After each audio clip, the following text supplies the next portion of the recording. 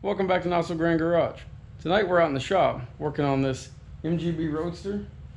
I'm going to call it the Hodgepodge because it's titled as a 76, but it's got parts from several different years on it, which is kind of making it difficult to find the right parts it needs because just about every year something changes on these cars.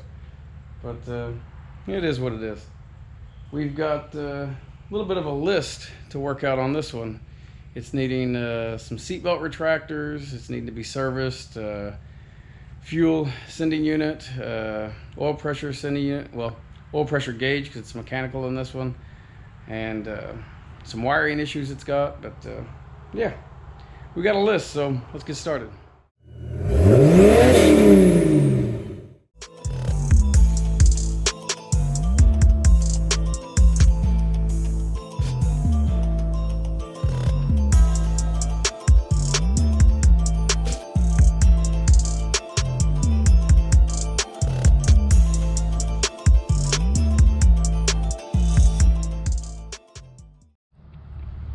First up, the mechanical oil pressure gauge on the dash is dead, and I went on and hooked up my OTC pressure gauge just to verify engine oil pressure, and that checks out great. It's got 50 plus pounds at idle, which is plenty. So this one's got the rectangular gauge in the dash, which I haven't been able to source a new one yet, so I'm going to see if I can track down a good used one, but in the meantime, we're not going to worry about it too much. We know it's got good oil pressure. So we're going to move on to the next issue, which is a rear oil leak. It's got a rear main leak, I believe. So first up, I'm going to go on and service this thing out. Don't know how long it's been since it's been serviced. I know it was sitting at least 3 years. So I'm not 100% sure if the previous owner knew what weight oil to run in it and so on and so forth. So I'm going to go on and get the 2050 in it that's supposed to have in it and get a good filter on it, see if we can slow that leak down for the current owner, at least until maybe winter when we can bring it back in, pull transmission out of it, do a clutch job, rear main, so on and so forth. But yeah, let's get going on that. This one's got the remote oil cooler, which all the lines look to be in fairly good shape. I don't see any cracking or any signs of weeping or leaking. It does have the spin-on filter, so that's simple. And now this has got had an electrical sender on it and the mechanical feed right here. And this hose here looks to be in good shape. I don't see any leaks around it. So we'll go on and let it warm up just a few minutes and then dump the oil out of it, go on and service it out. A few of the other things we're going to be addressing here in the near future. We've got a busted fan switch. So the fan in here is running all the time. And we've got a headlight switch that's broke, which the back of the switch pretty well fell apart and is melted. So to remedy that, we're going to be replacing all the switches, and I'm going to be putting a relay kit on the headlights that'll prevent that that issue with the switch again. I've got a new fuel sending unit for it as the gauge is dead, which I'll show you how to test that as well. But yeah, we're going to break this up in several segments because it's going to take probably a week to go through and button up the little things that's needed on this one. Hopefully get it running good and get it on the road for the season, and we'll get it back here over the winter and do some of the bigger stuff to it then. But now that we've got it warmed up a little bit, we'll go on and get the front end up in the air, get the drain pan underneath it, and get the oil drained out of it. I'm gonna get this Fram filter off of here. I'm not a big fan of Fram. Some people are, some people aren't. I haven't had good luck with them in the past. So I typically go with Wicks anytime I can. So 51068 is the replacement for the Fram PH43 that's on it. And we're going back with Castrol GTX Classic 20W50. It's got a higher zinc content, so it'll help that flat tappet cam and everything else live a happier life. So let's go on and get that drained out.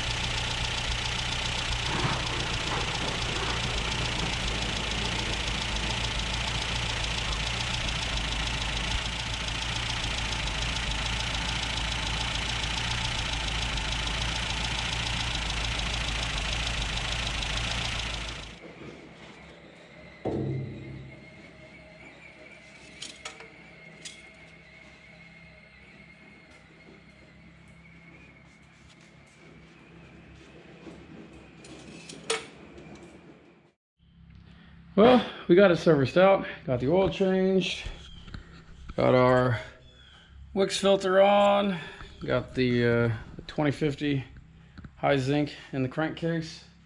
It's holding 55 to 60 pounds of oil pressure at idle, which is great. So I'm going to clean up the floor underneath the car and let it sit overnight and see if we've slowed this little oil leak down at all.